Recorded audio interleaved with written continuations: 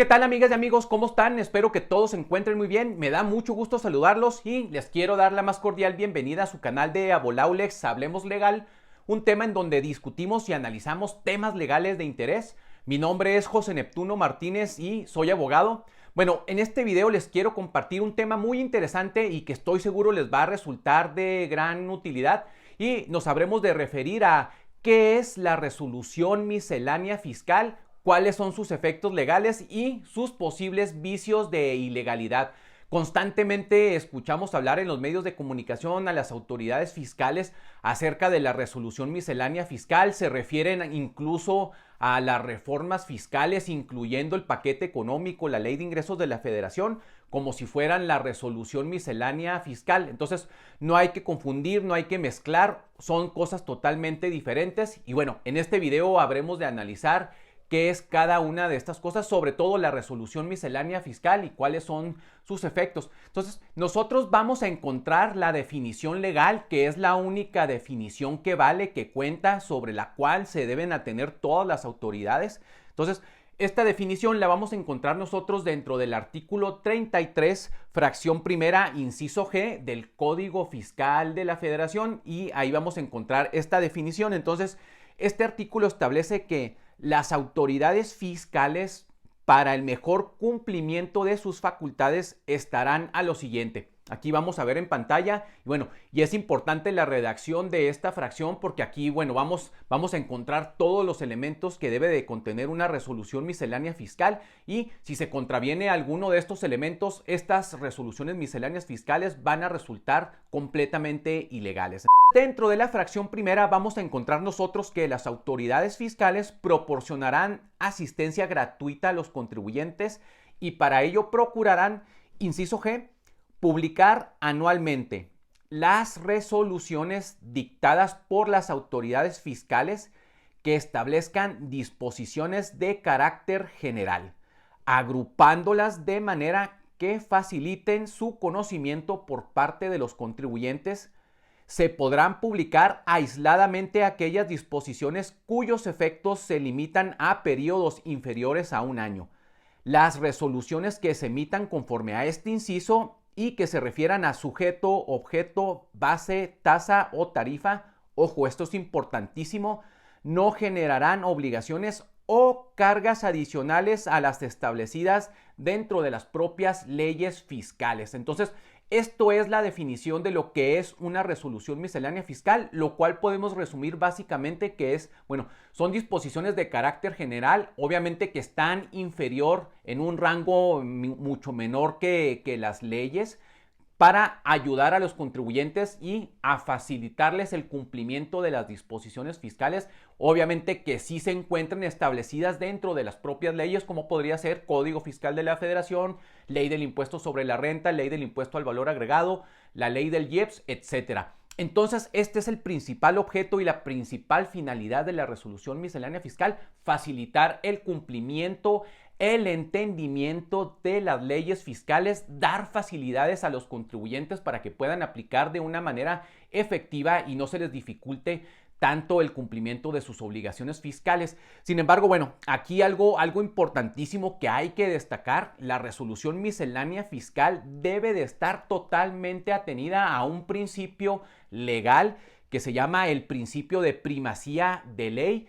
Es decir, que la resolución fiscal no puede ir más allá de la ley, no puede venir a establecer situaciones que el legislador no contempló dentro de las leyes. Por eso les comentaba que es importante estas partes que veíamos nosotros de la resolución miscelánea fiscal, ¿no? Una vez dicho lo anterior, se podrán estar preguntando ustedes, ¿quién es el encargado de emitir la resolución miscelánea fiscal? Obviamente no es el Congreso de la Unión. ¿Por qué? Porque no es una ley, no deriva de un proceso legislativo, sino nosotros, dentro del artículo 14 de la Ley del Servicio de Administración Tributaria o Ley del SAT, vamos a encontrar que es el propio presidente del SAT quien será el encargado de emitir esta resolución miscelánea fiscal.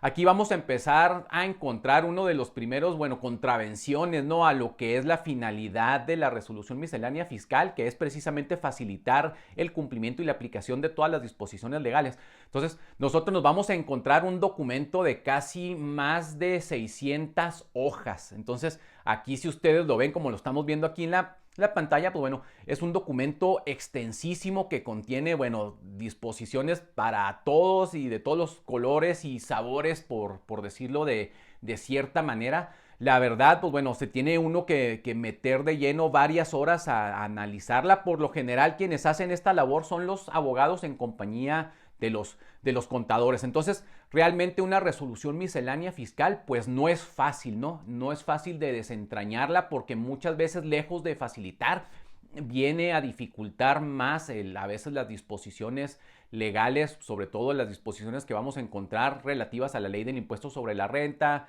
ley del IVA y demás leyes fiscales. Un punto que les quiero destacar, sobre todo para empezar a disipar dudas con relación a la resolución miscelánea fiscal, es que bueno, desafortunadamente la autoridad fiscal, principalmente el SAT, porque pues bueno, como ya lo dijimos, es el presidente del SAT el encargado de elaborar esta resolución miscelánea fiscal, la pretenden utilizar para establecer o regular situaciones que no vienen contempladas dentro de las leyes o a veces para poner cargas adicionales a los contribuyentes. Por eso les señalo que es muy importante que la resolución miscelánea fiscal, como ya lo vimos en la ley, es para facilitar, no puede poner cargas adicionales o establecer situaciones que no están establecidas dentro de la ley, porque esto es total y completamente ilegal. Sin embargo, pues bueno, la autoridad, como dicen, se pasa de lista, muchas veces pretende introducir cuestiones que establecen a veces prohibiciones y limitaciones para los contribuyentes. Entonces, bueno, ya ha habido muchos pronunciamientos por parte de los tribunales y de la Suprema Corte de Justicia de la Nación con relación a esta situación que les menciono. Entonces,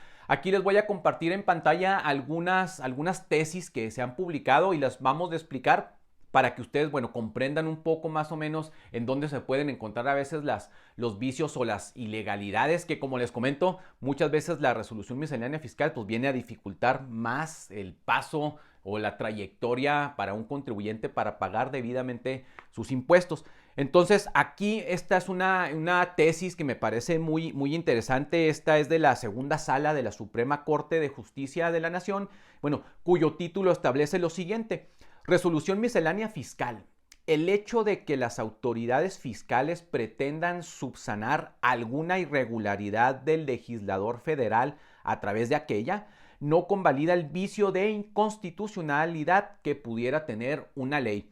Es decir, básicamente lo que nos viene a señalar esta tesis es que, bueno, si el legislador durante el proceso legislativo, quienes son los únicos facultados para establecer impuestos y contribuciones dentro, por supongamos que en la ley del impuesto sobre la renta haya algún artículo que resulta inconstitucional, no es válido que a través de la resolución miscelánea fiscal el SAT pretenda establecer parches y decir, bueno, esto es realmente lo que quería decir y salvar la inconstitucionalidad de esta ley, ¿no? Y vemos que sí sucede, amigas y amigos, sí se utiliza esta resolución miscelánea fiscal para tales efectos, pero bueno, con lo que les estoy yo dando a conocer, ustedes van a saber identificar, y bueno, y más adelante en el video les voy a decir qué se puede hacer en contra de una resolución miscelánea fiscal que pueda resultar ilegal.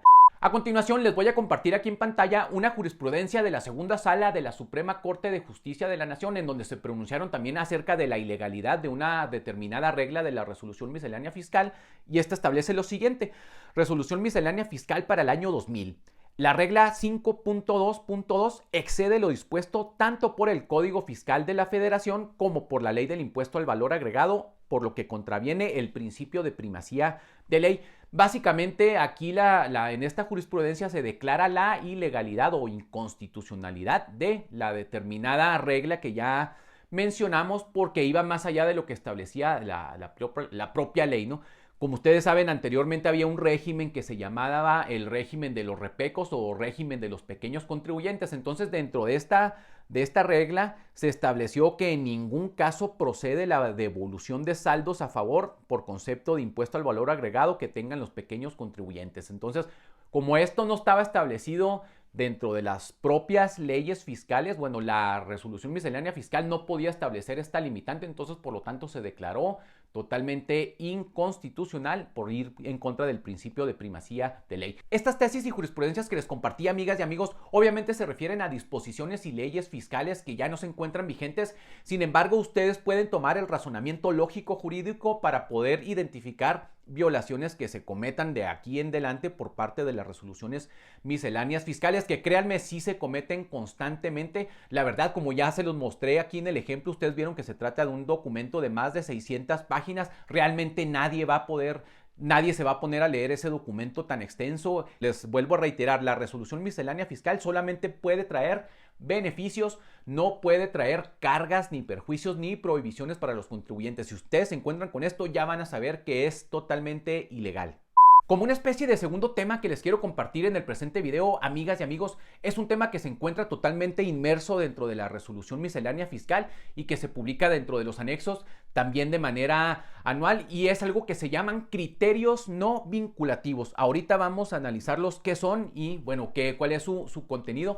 Pero bueno, estos criterios no vinculativos muchas veces se convierten en una prohibición expresa para los contribuyentes para llevar a cabo determinadas conductas. Estos criterios no vinculativos se establecen como prohibiciones disfrazados como si fueran legales, que muchos contribuyentes se van con la finta y simplemente se abstienen de realizar ciertas actividades que están permitidas dentro de la ley. Básicamente podemos decir que un criterio no vinculativo son aquellas interpretaciones de las disposiciones fiscales y aduaneras que el SAT considera como lesivos al fisco federal y pues bueno, tienen como finalidad alertar a los contribuyentes de abstenerse de llevar a cabo ciertas conductas que obviamente el fisco, como ya lo dijimos, considera que son lesivas, que contravienen las disposiciones fiscales y obviamente, ¿por qué? Porque llevan al contribuyente en muchos de los casos a pagar menos impuestos. Sin embargo, bueno, habremos de decir, como ya lo señalé, obviamente muchas de estas prácticas se llaman planeación fiscal y las planeaciones fiscales se hacen dentro de lo que se establece en las leyes. Obviamente estamos conscientes de que hay muchas planeaciones fiscales agresivas que se hacen al margen de la ley o retorciendo la ley. Sin embargo, estos criterios no vinculativos no solamente persiguen estas prácticas fiscales indebidas, sino también persiguen prácticas que se encuentran contempladas dentro de la propia ley. Entonces, estos criterios no vinculativos no son legales, sí establecen una prohibición para los contribuyentes, como ya lo vimos, no forman parte de la propia resolución miscelánea fiscal y es una especie de subtítulo que maneja el SAT en cuanto a estas interpretaciones. También vamos a encontrar nosotros una infinidad de criterios que se publican. Aquí les muestro en pantalla más o menos para que se den una idea cómo se contienen. Se contienen temas, por ejemplo, del Código Fiscal de la Federación, de la Ley del Impuesto sobre la Renta, de la Ley del IVA, de la Ley del IEPS, de la Ley Federal de Derechos, etcétera, ¿no? Entonces, todos estos son opiniones o interpretaciones que hace la autoridad de las leyes y que no le gusta que haga, ¿no? Básicamente es eso, ¿no? Al fisco no le gusta que hagas determinada conducta. Los criterios no vinculativos por lo general son publicados a manera de anexos y en este caso los criterios no vinculativos que van a regir para el 2022 se publicaron en el anexo 3 a la resolución miscelánea fiscal. A manera de ejemplo, les voy a compartir aquí en pantalla un criterio no vinculativo fresquecito para este 2022 que a mi juicio resulta ilegal y ahorita lo vamos a analizar. Entonces, este es el criterio no vinculativo aplicable al Código Fiscal de la Federación, a uno de los temas que se abordan aquí. El criterio no vinculativo que estamos viendo aquí en pantalla es el número 3 relativo al Código Fiscal de la Federación y el título es el siguiente: elusión de los efectos de la restricción temporal o cancelación del uso del certificado de sello digital. Entonces, este criterio no vinculativo se va a referir en aquellos casos de contribuyentes a quienes se les restringió de forma temporal el uso de los certificados de sello digital o bien se les dejó sin efectos este certificado de sellos y que aún no han subsanado o bien no han desvirtuado las inconsistencias que les fueron detectadas, ¿no? Y bueno, por esta situación estos contribuyentes realizan diversos actos mercantiles o corporativos en los cuales otra persona física o moral emite los comprobantes que amparan la operación realizada por aquel. Entonces, obviamente, no sabemos que muchas empresas, muchos contribuyentes, pues obviamente es necesaria para su operación, su actividad, la emisión del CFDI, ¿no? O la factura electrónica, ¿no? Sin certificado no puedes emitir este CFDI. Entonces, muchas veces, si no emites la factura, no pagas, ¿no? Así es como se llevan las operaciones mercantiles. Entonces, obviamente, cuando estos procedimientos de restricción o cancelación, pues afectan la operación de de un contribuyente. Entonces muchas veces los contribuyentes optan por utilizar otras razones sociales o a llevar a cabo subcontrataciones, modificaciones a los contratos mercantiles y decir, oye, como yo estoy impedido, vamos a hacer un anexo al contrato o vamos a modificar las cláusulas para que otra empresa filial, pues bueno, pueda emitirte la factura, ¿no? Y obviamente pues esto es a través de actos legales, actos mercantiles, actos de contrato. Sin embargo, este criterio no vinculativo establece que, bueno, realiza una práctica fiscal indebida a aquel contribuyente que, bueno, que en este caso no se le haya restringido estos certificados de sellos digitales y, pues bueno, hagan o lleven a cabo cualquier acto independientemente del nombre con el que se les denomine, fíjense, ¿no? Independientemente del nombre como se les denomine, no me interesa, dice el fisco, ¿no? Mediante el cual emitan comprobantes fiscales digitales por internet, no, esa es la primera cosa que no le gusta al fisco, ¿no? Que lo hagas, ¿no? Que lleves a cabo esta sustitución de operación. De igual forma dice que no le gusta que emitan comprobantes fiscales que pretendan amparar actos o actividades realizados por un contribuyente al que se le haya restringido temporal estos sellos o dejado sin efectos los sellos digitales. Tampoco le gusta que, bueno, si se da esta situación, que si por ejemplo a mí una empresa filial me expidió un CFDI, pues bueno, no le gusta al fisco que yo lo utilice tampoco, ¿no? Como vemos aquí en la fracción cuarta, al SAT no le gusta tampoco que alguien asesore, aconseje, preste servicios o participe en la realización o en la implementación de cualquiera de estas prácticas que ya analizamos, ¿no? Entonces, como ven, amigas y amigos, esto resulta totalmente ilegal, totalmente violatorio pues a las disposiciones fiscales, puesto que en las leyes mercantiles, leyes civiles, no se encuentra esa prohibición, ¿no? No vamos a encontrar nosotros una prohibición que digan, bueno, oye, si un contribuyente no tiene la facultad de llevar a cabo una operación porque tiene restringido, pues bueno, se va a tener que esperar hasta que se resuelva su situación, ¿no? Por eso hay subcontrataciones, hay varias figuras corporativas y varias figuras mercantiles que lo permiten, ¿no? Simplemente como no es ilegal, como en las leyes precisamente no encontramos esta prohibición, pues bueno, por eso quiere venir el fisco a establecer esta prohibición, por eso es totalmente ilegal, porque esto contraría las leyes. Entonces, si algún contribuyente se encuentra en esta situación, pues bueno, puede llegar a inconformarse en contra de esta regla, de esta resolución miscelánea fiscal. Bueno, amigas y amigos, aquí vamos a llegar a la parte en donde se podrán estar preguntando ustedes, bueno, ¿y qué se puede hacer en contra de esta resolución miscelánea fiscal, incluyendo estos criterios no vinculativos que vulneren, que vayan más allá de las leyes? Pues bueno, afortunadamente hay un medio de defensa que se puede establecer y nos podemos inconformar, podemos cuestionar su ilegalidad a través del juicio contencioso administrativo o que también se conoce como el juicio de nulidad. Nosotros podemos, si detectamos y identificamos una regla que va en contra de nuestras operaciones o incluso la autoridad en alguna revisión, en alguna multa, etcétera, nos aplica una resolución miscelánea, una regla que resulta que va más allá de la ley, nosotros la podemos cuestionar ante el juicio contencioso administrativo y de esa manera buscar su ilegalidad. Dentro de las muchas facultades con las que cuenta el Tribunal Federal de Justicia Administrativa, vamos a encontrar precisamente la de declarar la ilegalidad de aquellas disposiciones de carácter general, como lo sería una resolución miscelánea fiscal, cuando contravengan disposiciones legales. Pero bueno, este fue el tema que les quise compartir en este video, espero que les haya sido de utilidad. Por favor, los invito a que ahí en la sección de comentarios me dejen cualquier duda o comentario que tengan al respecto. De igual forma, si ustedes quieren conocer más sobre el tema o incluso hacernos alguna consulta relacionada con esto de la resolución miscelánea fiscal, los invitamos a que visiten nuestra página web en www.abolaulex.com. De igual forma, si les gustó el video, los invito a que le den like, que lo compartan entre sus amistades, amigos y familiares, y si no lo han hecho, los invito a que se suscriban a nuestro canal. Pero bueno, amigas y amigos, seguimos en contacto.